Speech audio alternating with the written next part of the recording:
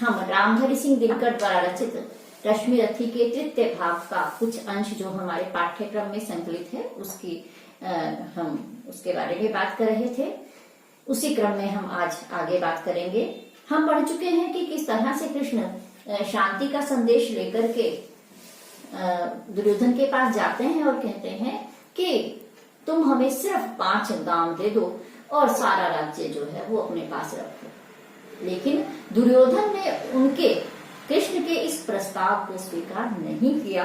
कवि आगे लिखते हैं, दुर्योधन वह भी दे न सका, आशीष समाज की ले न सका, उल्टे हरि को बांधने चला, जो था असाध्य उसे साधने चला।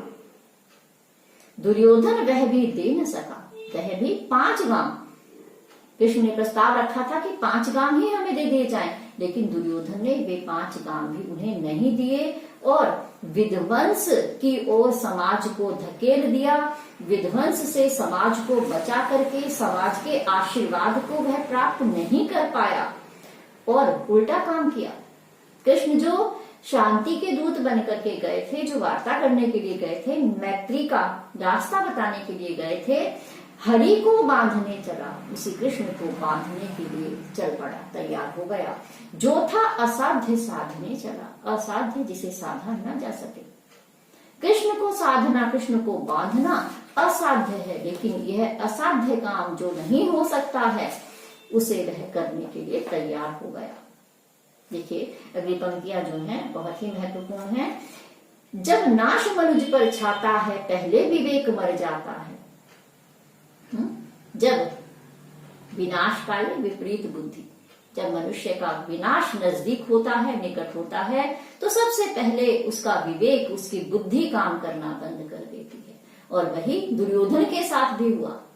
जब नाश मनुज पर छाता है, पहले विवेक मर जाता है। दुर्योधन ने भी अविवेक पूर्ण कदम उठाया और उल्टा कृष्ण को ही वो बांधने के लिए चला। इससे स्पष्ट है कि अब उसका विनाश निकट है, विनाश होने जा रहा है।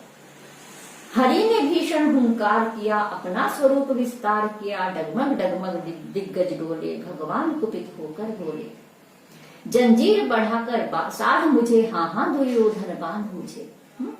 हरि ने भीषण हुंकार किया, हुंकार ओज से भर गए, पूरी तरह से क्रोध से भर करके क्या कहने लगे हैं, भगवान कुपित होकर बोले, क्रोध से भर करके। और उनके इस रूप को देख करके, उनके इस क्रोध से भरे हुए स्वरूप को देख करके डगमग डगमग दिग्गज डोले, सारी दिशाएं डोल उठी। कृष्ण ने अपने स्वरूप का विस्तार कर लिया और कहने लगे, जंजीर बढ़ाकर साध मुझे, हाँ हाँ दुर्योधन बांध मुझे। जिस जंजीर से मुझे बांधना चाहते हो, चलो बांधो, उसको साधो, उसको तैयार करो अपनी जंजीर को।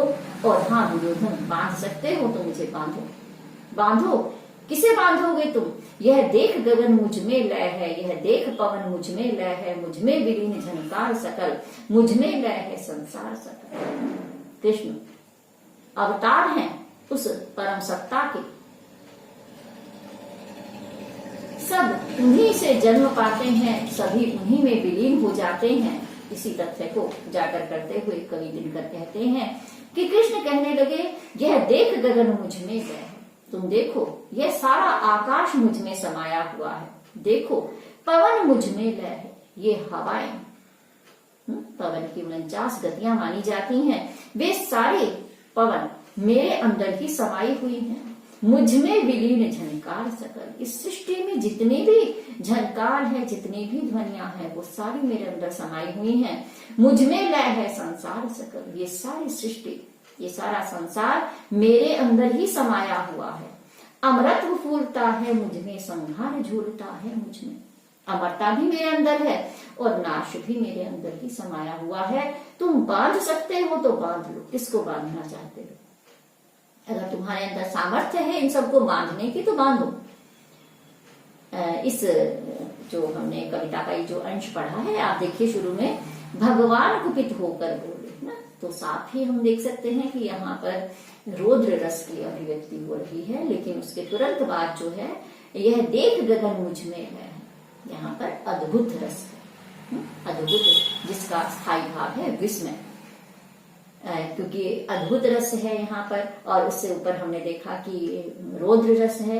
तो रौद्र रस जहाँ पर होगा वहां पर हम देखते हैं कि भाषा जो है वो ओजमयी होती है और रीति जो है वो गौड़ी होती है, क्योंकि गौड़ी रीति की विशेषता में हमने देखा है ट वर्ग का प्रयोग होता है। तो देखिए डगमग डगमग दिग्गज लोले, ध्वनि ना, ध्वनि का भी प्रयोग होता है।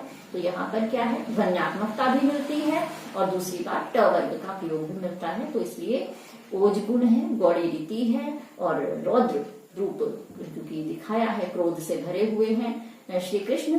तो इस तरह से यहाँ पर हम रस और ओज गुण को भी देख सकते हैं और रीति को भी देख सकते हैं। और ये हमने कहा कि अद्भुत रस है, अद्भुत का जो स्थायी भाव है वो विस्मय है। तो यहाँ पर विस्मय स्थायी भाव और रस जो रस है वो अद्भुत रस है।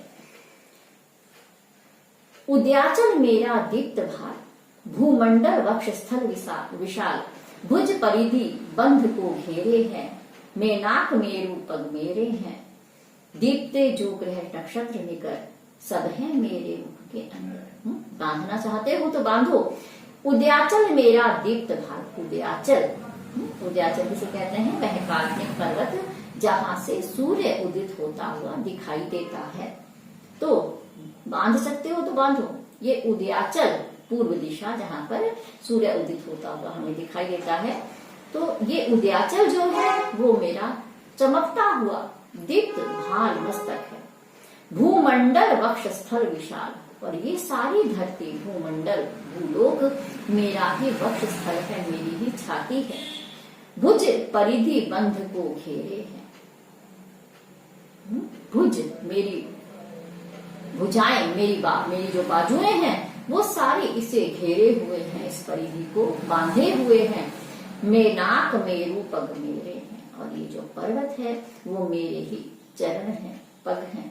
दीप्ते जो ग्रह नक्षत्र निकर, और जो तुम्हें यह ग्रहों का जो भंडार, नक्षत्रों का जो समूह दिखाई दे रहा है, सब है मेरे मुख के अंदर, वो तो सब मेरे ही मुख में समाये हुए हैं।